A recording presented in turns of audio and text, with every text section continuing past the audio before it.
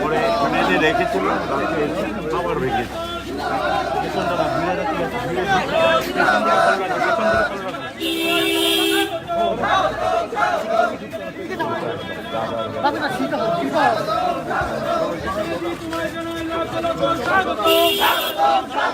বন্দে মাতরম, বন্দে মাতরম।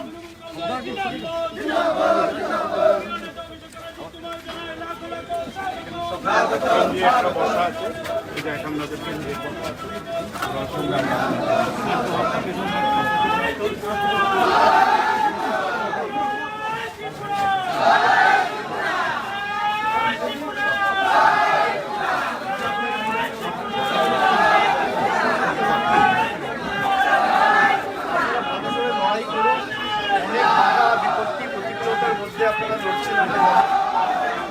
আমরা একটু সময় উনি বলছেন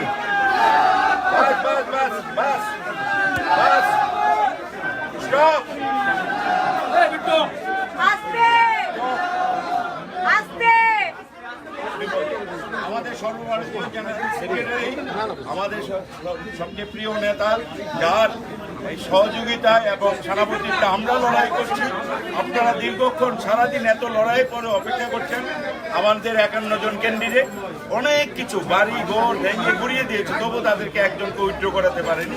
উনি আজকে নিজে উদ্যোগ নিয়ে বলেছেন আমি তাদের সঙ্গে মিট করি। বাইরে কথা না, যেভাবে আপনারা ময়দানে থেকে লড়াই করছেন, বিশেষ করে যে বাতাবরণ তৈরি করেছে এই রাজ্যে, ঘর বাড়ি গাড়ি ভেঙে দেওয়া, জ্বালিয়ে দেওয়া, আক্রমণ করা, আমার দেখে ভালো লাগছে যে মহিলাদের সংখ্যা এত বেশি। মহিলারা ঝাঁকে ঝাঁকে বেরিয়ে এসছে। ওই নারী শক্তি না জাগলে লড়াইটা কিছু জাগে না। আমি ধন্যবাদ জানাই আপনাদের, যেভাবে মাঠে ময়দানে থেকে আপনারা পরিশ্রম করছেন। বিপ্লব দেবের সরকার ভয় পেয়েছে, এতদিন বিরোধী থেকেও ছিল না, একতরফা জঙ্গল কাজ চালিয়ে গেছে।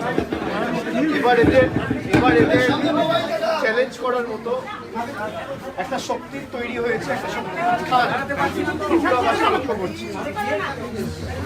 এবার আপনারা সম্মিলিতভাবে নিজের জীবনের ঝুঁকি নিয়ে যেভাবে রাস্তায় পড়ে থেকে কাজ করছেন, আমি আপনাদের সকলকে কুর্নিশ জানাই। আগামী দিন আমাদের জয় হবে। মানুষ যাতে নিজের ভোটটা নিজে দিতে পারে, এটা আমাদের সুনিশ্চিত করতে হবে।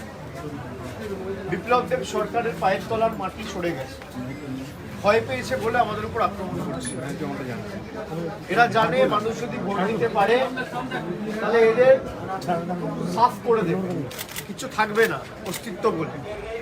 তাই জোর জবরদস্তি করে একটা ভয়ের আবহ তৈরি করে যাতে মানুষ পোলিং বুথ অব্দি না যায় এবং বিজেপির গুন্ডারা গায়ের জোরে ভোট করে, এবং ঠান্ডা মাথায় এই পরিকল্পনাটা করা হয়েছে। কালকে যেটা সুবলদাদের সাথে করেছে বা আগরতলা ইস্ট মহিলা পুলিশ থানায় করেছে, এটা ঠান্ডা মাথায় সুষ্ঠুভাবে এরা করেছে। আজকে যাতে আমাদের মিছিলটা না করতে পারি এবং শেষ মুহূর্তে মিছিলের পারমিশন ক্যান্সেল করা, আমাদের কর্মীরা যেখানে পথসভা করতে যাচ্ছে তাদের পথসভা করতে দিচ্ছে না, পারমিশন দিচ্ছে না, ডোর টু ডোর করতে গেলে তাদের উপর অ্যাটাক করা হচ্ছে। আমরা যে 9টা নবরত্নের কথা বলেছি, যে ইস্তাহার প্রকাশ করেছি, এটা ডোর টু ডোর মানুষের কাছে যান, বলুন, বোঝান। এবং মমতা বন্দ্যোপাধ্যায় যে কথা দেয় সেই কথাটা রাখে। যে প্রতিশ্রুতিগুলো আমরা দিয়েছি সেই প্রতিশ্রুতিগুলো আগামী দিন আগরতলা পৌরসভা নির্বাচন যদি তৃণমূল কংগ্রেস জয়যুক্ত হয়, আগামী 3 মাসের মধ্যে কোনো অক্ষরে অক্ষরে পালন করা হবে।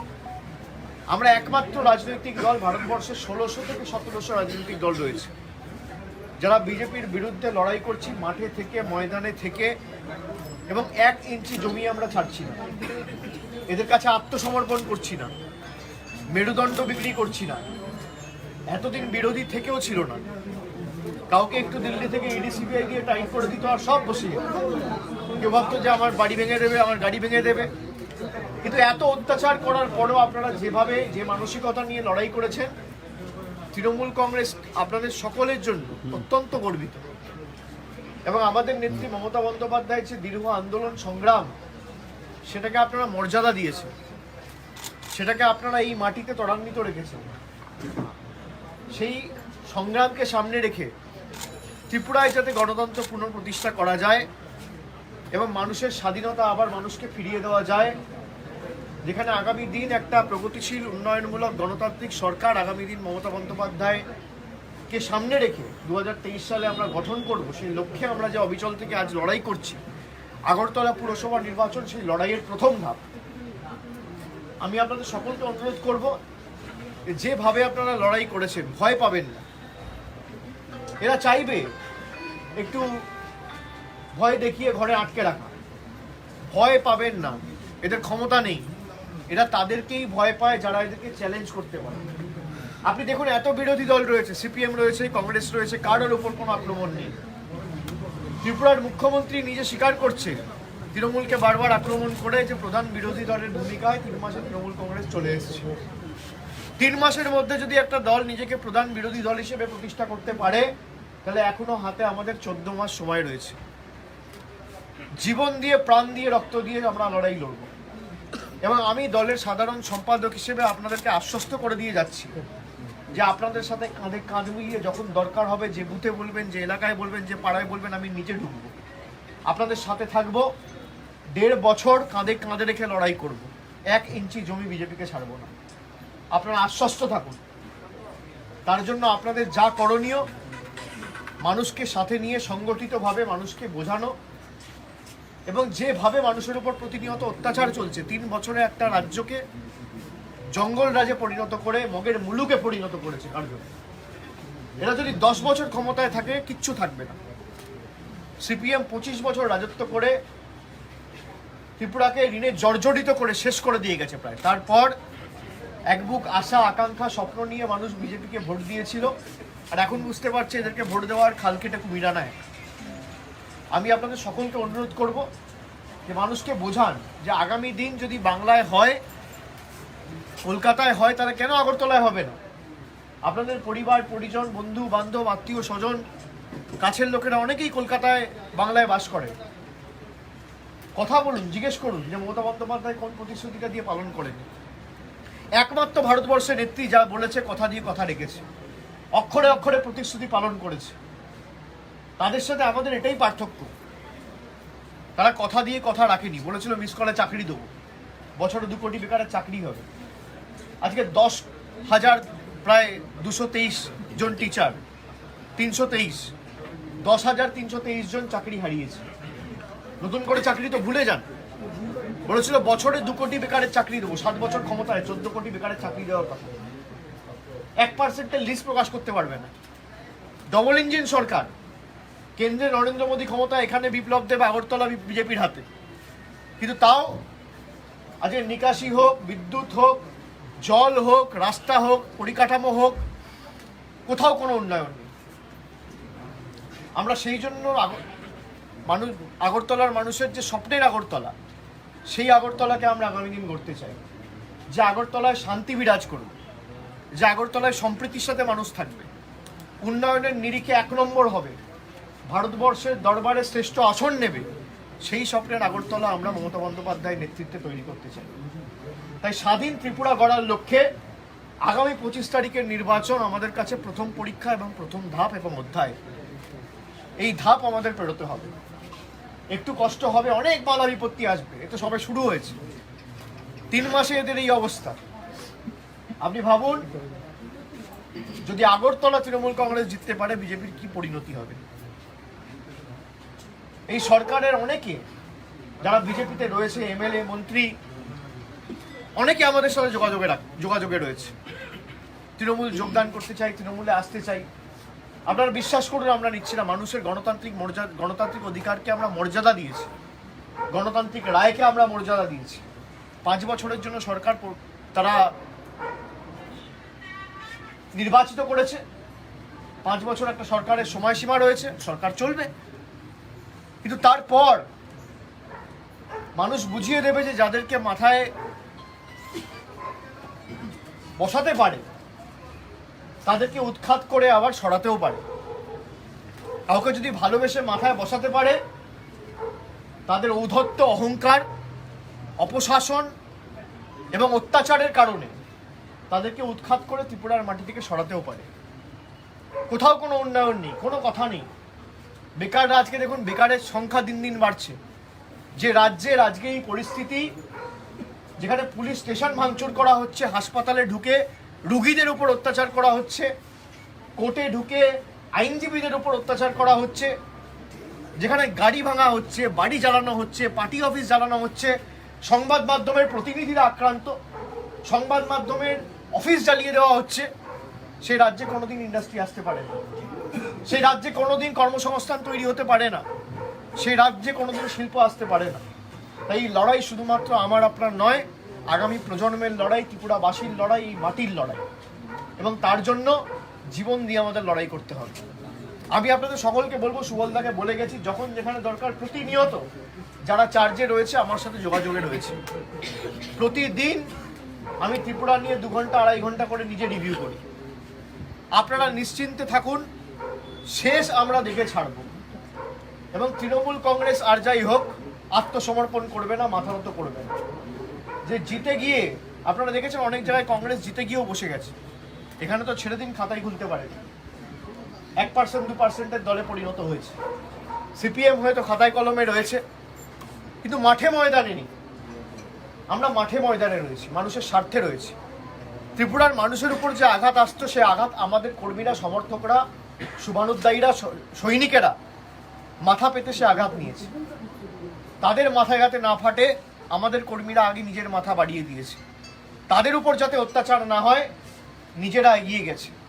তাই ত্রিপুরার মানুষকে আমাদের, বিশেষ করে আগরতলার মানুষকে আমাদের বোঝাতে হবে যে আমরা লড়ছি, জীবন দিয়ে প্রাণ দিয়ে লড়বো, কিন্তু মাথা তুলে 25 তারিখ আপনাদের ভোটাধিকারটা আপনারা প্রয়োগ করবেন।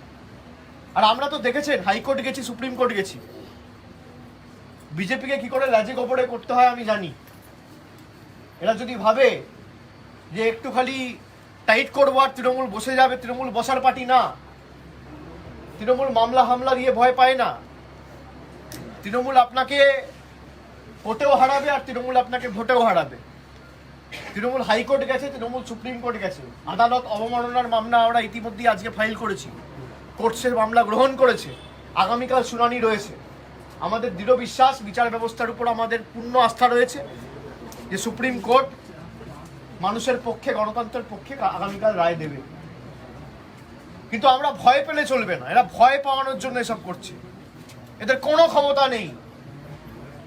এরা জানে যদি মানুষ ভোট দিতে পারে, এদের জামানত বাজেয়াপ্ত হবে। 3 মাসে তৃণমূল কংগ্রেস যেভাবে আন্দোলনের পথ বেছে মানুষকে সঙ্গে নিয়ে সংগঠিত করে গঠনমূলক একটা বিরোধী দলের ভূমিকা পালন করেছে, এই নজিরবিহীন 3 মাসের মধ্যে। আমরা ভয় পেলে চলবে না। শুরু করেছি লড়াই, 18 মাসের লড়াই ছিল, 4 মাস 3 মাস 4 মাস হয়ে গেল, আর 14 মাসের লড়াই। জীবন দিয়ে প্রাণ দিয়ে লড়াই লড়তে হবে। এবং যখন যেখানে দরকার আমি নিজে আসবো। আমাদের জননেত্রী মমতা বন্দ্যোপাধ্যায়, তিনি নিজে ত্রিপুরা নিয়ে আজকেও বলেছেন, আপনারা দেখেছেন, তিনি প্রতিটা সময়ে ত্রিপুরা নিয়ে খবরাখবর রাখছেন এবং খুব শীঘ্রই তিনি আসবেন। আমরা এখানে তাকে নিয়ে আস্তাবল ময়দানে মিটিং করবো, আগের মিটিং আমি বলে গেছি। কিন্তু আপনারা নিশ্চিত থাকুন, আর আপনারা কেউ আতঙ্কিত হবেন না, কেউ ভয় পাবেন না। এই হামলা একই কায়দায় বাংলায়ও করেছে সিপিএম। আপনারা তো সিপিএম এর বিরুদ্ধে লড়াই করা লোক।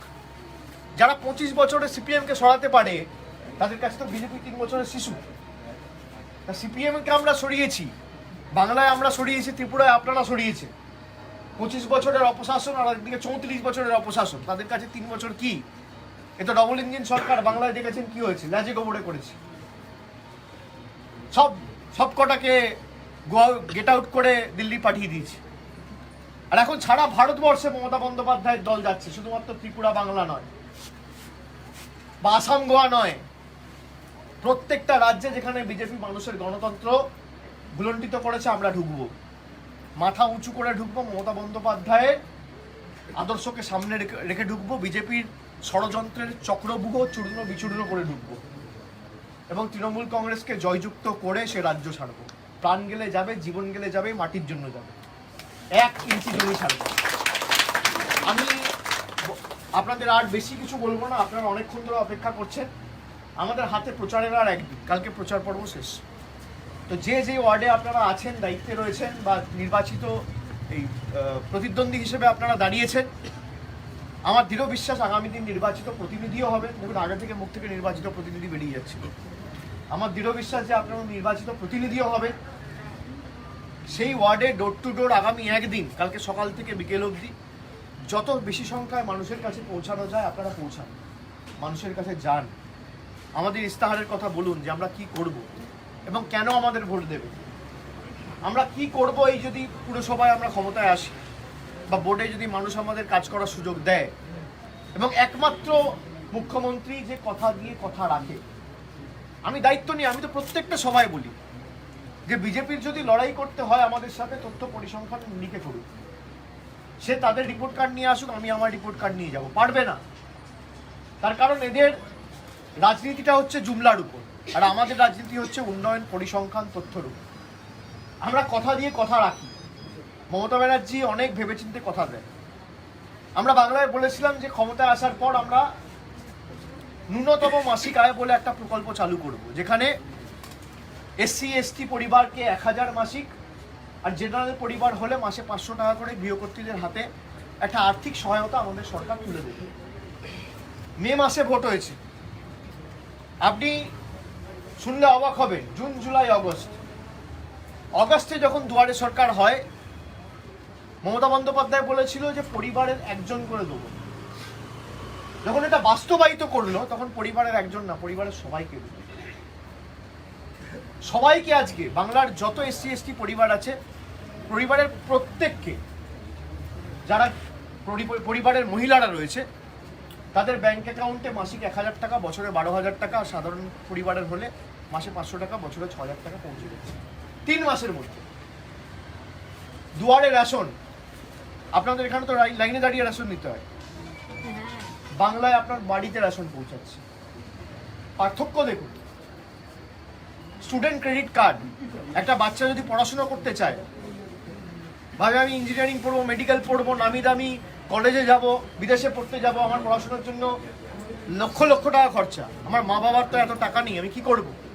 মমতা ব্যানার্জি শুরু করেছে স্টুডেন্ট ক্রেডিট কার্ড, যে কারোর যদি পড়াশুনো করতে হয় 11-এর পরে, 12-এর পরে, তাহলে মা বাবার উপর আর্থিক বোঝা চাপাতে হবে না। তার সরকার রয়েছে 4% সুদে 10 লক্ষ টাকার ক্রেডিট কার্ড তৈরি করে দিচ্ছে, চাকরি পেয়ে শোধ করবে। এই মডেলগুলো সারা ভারতবর্ষে, গুজরাটকে আজকে মডেল বলছে, সে মডেল তো আজকে মানুষের কাছে এক্সপোজ। উত্তরপ্রদেশের কি অবস্থা দেখছেন, কোথাও কেউ করতে পারেনি, বাংলায় করে দেখিয়েছে। আর বাংলা ত্রিপুরার তো একটা আলাদা যোগসূত্র রয়েছে, সংস্কৃতিগত, কৃষ্টিগত যে মিল, ভাষাগত যে মিল। আমরা সবাই শান্তিপ্রিয় মানুষ, শান্তিতে, সংহতিতে, সম্প্রীতিতে থাকতে ভালোবাসি। সেখানে বাংলা পারলে কেন ত্রিপুরা পারবে না? কলকাতা পারলে কেন আগরতলা পারবে না? বাংলা আজকে সারা ভারতবর্ষকে পথ দেখিয়েছে। আজকে একটা রাজ্যে বিজেপি হেরে, আপনি দেখুন পেট্রোলের দাম কমেছে, ডিজেলের দাম করেছে। আগামী দিন যদি আগরতলায় বিজেপি হারে, আপনি দেখবেন আরো 5 টাকা করে পেট্রোলের দাম কমবে। বাংলা একটা কথা আছে না, ঠেলায় না পড়লে বিড়াল গাছে ওঠে না। হেরেছে বলে আজকে এই পরিণতি। কৃষি বিল প্রত্যাহার করতে বাধ্য হয়েছে। 3টে রাজ্যের মুখ্যমন্ত্রী পাল্টেছে, কেন্দ্রীয় মন্ত্রিসভায় রদবদল করেছে, সংগঠনের রদবদল করেছে। কেন? বাংলা হারিয়েছে বলে। এবার ত্রিপুরা হারাবে।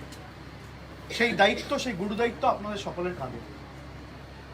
আর ভোটের দিন যাতে আমাদের প্রত্যেকটা বুথে এজেন্ট থাকে, পোলিং এজেন্ট যাতে সঠিক টাইমে ঢোকে, সঠিক টাইম অবধি থাকে, ভোট যতক্ষণ না সম্পূর্ণ হচ্ছে সেখান থেকে শুরু করে কাউন্টিংয়ের দিন, বা যতক্ষণ না মেশিনগুলো সিল হয়ে স্ট্রং রুম অবধি পৌঁছাচ্ছে সেটা সুনিশ্চিত করা। এবং আমরা হাইকোর্টে একটা মামলা করেছি পার্টির তরফ থেকে, যেখানে আমরা দাবি করেছি যে প্রত্যেকটা বুথে সিসিটিভি ক্যামেরা এবং ভিভিপ্যাট মেশিন লাগাতে হবে। আজকে শুনানি হওয়ার কথা ছিল, বিচারপতি বসেননি, আজকে শুনানি হয়নি। আমার ধারণা আগামীকাল বা আগামী পরশু দিনের মধ্যে শুনানি হবে। আর আগামীকাল আমার দৃঢ় বিশ্বাস যে ত্রিপুরার মানুষের স্বার্থে এবং গণতন্ত্র রক্ষা করার স্বার্থে সুপ্রিম কোর্ট আমাদের আগামী দিন নির্দেশ দেবে এবং রায় দেবে, এবং এলাকায় যাতে আমরা শান্তি সংহতি বজায় রাখতে পারি, ত্রিপুরাবাসীর সার্বিক উন্নয়নের কথা এবং শান্তি পরিবেশ যাতে বজায় থাকে তা সুনিশ্চিত করার জন্য প্রশাসনকে নির্দেশ দেবে বিশ্বাস আমি রাখি। এবং আপনারা সকলে যারা এখানে আছেন, মামাটি মানুষের সৈনিক, তারা সকলে জোড়াফুল চিহ্ন নিয়ে যারা প্রতিদ্বন্দ্বিতা করছেন তারা সকলে আগামী দিন জয়যুক্ত হবেন এই বিশ্বাস রেখে আপনাদের সকলকে ধন্যবাদ জানিয়ে আমি আমার কথা শেষ করলাম। ভালো থাকুন, অনেক ভালো।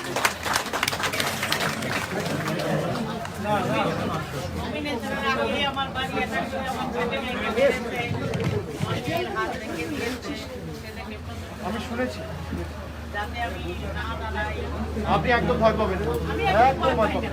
ওরা আমাদের ভয় পায়, ওরা আপনাকে ভয় পায়, সেজন্য করবেন।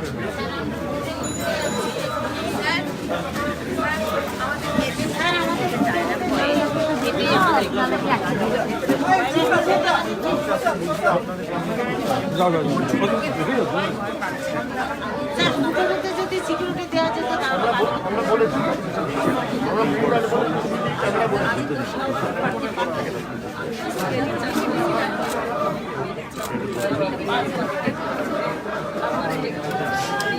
আমি 17 তারিখ কমপ্লিট করেছি, 14 তারিখ একটা বুথে আমাকে 5 বার আটকেছে, মেরেছে। শনিবারে 2 তারিখে হসপিটালে আমার অ্যাম্বুলেন্স অব্দি আটকে রেখেছে, হ্যামলেট দিয়ে মেরেছে, অ্যাম্বুলেন্স আটকে রেখেছে। আমার শ্বাসকষ্ট শাসকের পতন হবে, যতই করি কতদিন করবে আছি আপনার কাছে। রাত্রে গিয়ে জিজ্ঞেস করছে আমার বাড়ির সামনে দাঁড়িয়ে পার্টি কোথায়, পার্টি কোথায়, তো বাড়ি থেকে বলে আছে তুমি বের হবে না, একদম বের হবে না। এরকম তো সবাইকে বলে, সবাইকে বলে। আমি দাঁড়ান না, কালকে অনেকটা বেরোবেন না, আমার বাড়ির পাশে এটা ছাড়বো না। আমি কালকে হসপিটালে আমাকে হসপিটালে ভালো করে লড়াই করবো। আসতে